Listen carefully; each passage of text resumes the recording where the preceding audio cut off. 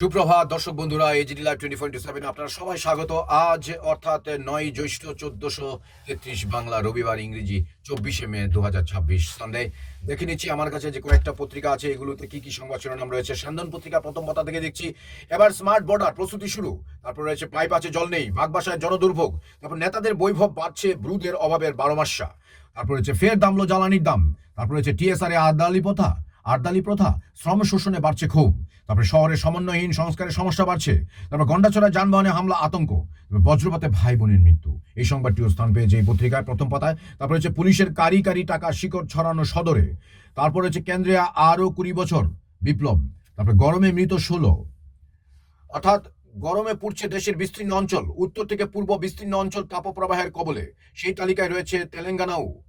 বাকি সংবাদটা আপনারা পড়ে নিতে পারেন স্যান্দন পত্রিকা প্রথম পাতা। স্যান্দন পত্রিকার শেষের পাতা রয়েছে 1.5 কোটির ইয়াবাসহ আটক গাড়ি চালক। তারপর ধর্মনগরের সরকারি হাসপাতালের ডাক্তাররা ব্যস্ত প্রাইভেট চেম্বারে। এই ধরনের সংবাদ রয়েছে স্যান্দন পত্রিকা। তার পরের পত্রিকা ত্রিপুরা দর্পণ পত্রিকা দেখে নিচ্ছি প্রথম পাতা কি কি সংবাদ শিরোনাম রয়েছে। 10 সহস্রাধিক শিক্ষক সংকটের আশঙ্কা, স্তব্ধ হবে বহু বিদ্যালয়, টেট উত্তীর্ণদের নিয়োগে টালবাহানা টিআরবিটির। তারপর রয়েছে আরো সংবাদ শিরোনাম, সুপ্রিম কোর্টের রায়ে উজ্জীবিত 40,000 অনিয়মিত কর্মচারী, ঐতিহাসিক রায়ে নিয়মিত হলেন 9 জন কর্মচারী। তারপর রয়েছে আরো সংবাদ শিরোনাম, লেম্বুছড়ায় লরির দুর্ঘটনা। তারপরে বজ্রপাতে মৃত্যু ভাই বোনের। তারপর রয়েছে পণ্যবাহী গাড়িতে চলছে শ্রমিক পরিবহন, নিষ্ক্রিয় ট্রাফিক দপ্তর। আরো সংবাদ শিরোনাম রয়েছে ত্রিপুরা দর্পণ প্রথম পাতায়, 10 দিনে 3 বার বাড়লো পেট্রোল ডিজেলের দাম। তারপর রয়েছে 59 সীমান্ত গ্রামগুলিতে হাম রুবেলার ব্যাপক প্রাদুর্ভাব। তারপর রয়েছে গন্ডাছড়া অমরপুর সড়কে গাড়ির উপর সশস্ত্র দুষ্কৃতী হামলা, আতঙ্ক। তারপর রয়েছে বাংলার প্রতারক ধৃত আগরতলায়। অর্থাৎ চাকরি পাইয়ে দেওয়ার নাম করে বহু মানুষের কাছ থেকে টাকা আদায় করেছিল ছদ্মবেশী এক যুবক। তার নাম তঞ্জুর আলী, বয়স আনুমানিক 30 বছর। পশ্চিমবঙ্গের কোচবিহার তার বাড়ি। অভিযোগ, সামাজিক মাধ্যমকে ব্যবহার করে কমপক্ষে 14 থেকে 15 লাখ টাকা মানুষের কাছ থেকে আদায় করে সে নিজের পরিচয় গোপন রেখে টাকা আদায় করছিল তঞ্জুর।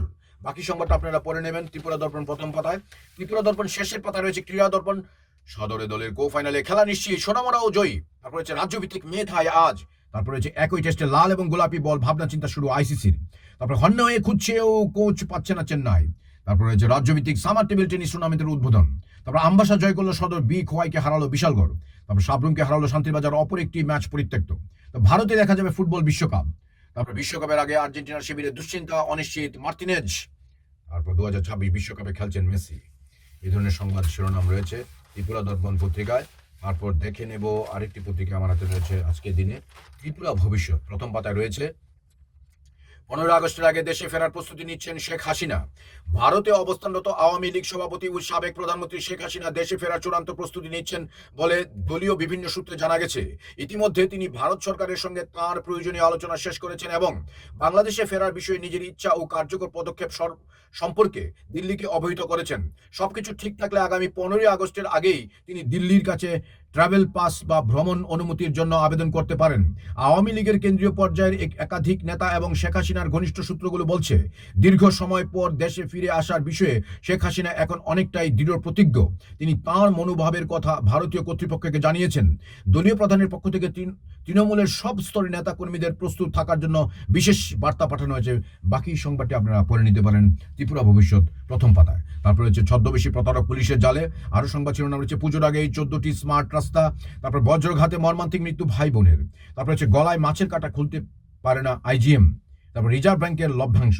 তারপর মোদীর মন্ত্রিসভার রিপোর্ট কার্ড। বড়মোড়ায় দাদু পাখির আবির্ভাব।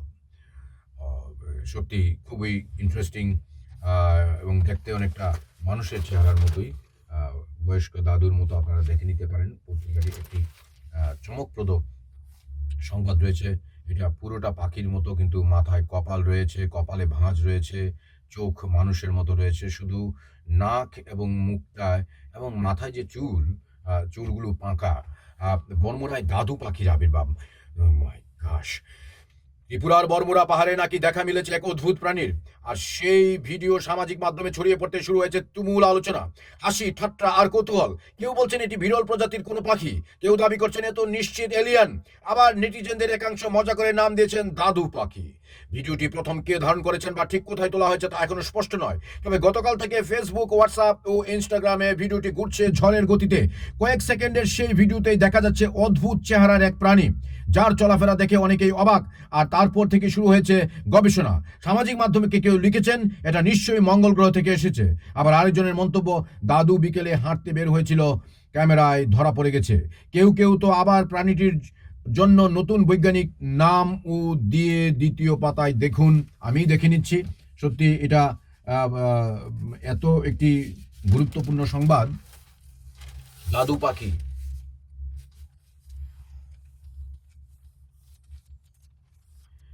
এদিকে ভিডিওটি নিয়ে স্থানীয়দের মধ্যেও কৌতূহল কম নয়। অনেকে বলছেন বড়মুড়া পাহাড়ে আগে এমন কিছু কখনো দেখা যায়নি, তবে কিছু নেটিজেন যুক্তি দিয়ে বলছেন ভিডিওটি হয়তো এডিট করা অথবা কোনো সাধারণ পাখিকে অদ্ভুতভাবে দেখানো হয়েছে।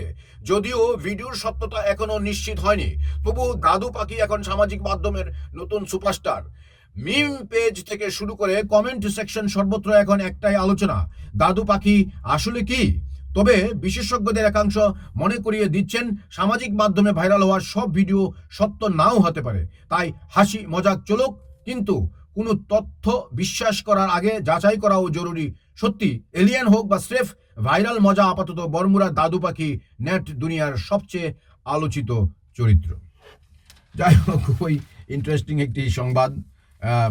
এখানে এই পত্রিকার প্রথম পাতায় আরো সংবাদ রয়েছে, বিপ্লবের ঋণ শোধ শুভেন্দুর। ব্যাপারটা কি? বিপ্লব দেব পশ্চিমবঙ্গে নির্বাচনের দায়িত্বে থাকার সময় বেহালাতে প্রচার করতে গিয়ে আক্রান্ত হয়েছিলেন তৃণমূল কংগ্রেসের কর্মীদের দ্বারা। তার মঞ্চ জ্বালিয়ে দেওয়া হয়। তৃণমূল কংগ্রেস নেতা সুদীপ পোল্লের নেতৃত্বে এই হামলা চালানো হয়। অল্পেতে বিপ্লব দেব সেদিন রক্ষা পেয়েছিলেন, কিন্তু ক্ষমতায় আসার কিছুদিনের মধ্যে বিজেপির মুখ্যমন্ত্রী শুভেন্দু অধিকারী হামলাকারী কাউন্সিলর সহ সবাইকে গ্রেপ্তার করিয়েছেন। শুধু গ্রেপ্তার করেননি, তাদের বিরুদ্ধে জামিন অযোগ্য ধারা দিয়ে তাকে জেলে ঢুকিয়ে বিপ্লবের প্রতি ঋণ শোধ করেছেন মুখ্যমন্ত্রী শুভেন্দু অধিকারী।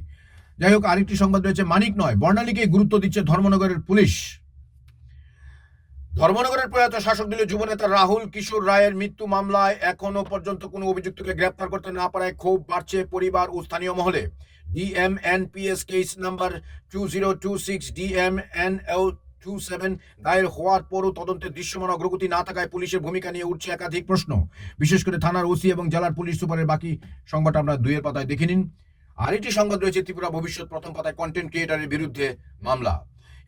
রাজ্যের একটি কন্টেন্ট ক্রিয়েটারের বিরুদ্ধে কমলপুর থানায় দায়ের করা হয়েছে। হত্যার মামলা পুলিশকে ম্যানেজ করে দেবে বলে প্রায় লক্ষাধিক টাকা হাতিয়ে নেয় এক অসহায় মহিলার কাছ থেকে। এর আগেও বাচ্চা ব্যক্তির নামে পূর্ব থানার এক মহিলা কনস্টেবলের কাছ থেকে 3.5 লক্ষ টাকা আত্মসাৎ করে বলে অভিযোগ। জনগণ নিবেদিতা চক্রবর্তী ও রাম চক্রবর্তীর বিরুদ্ধে কমলপুর থানায় মামলা হয়েছে।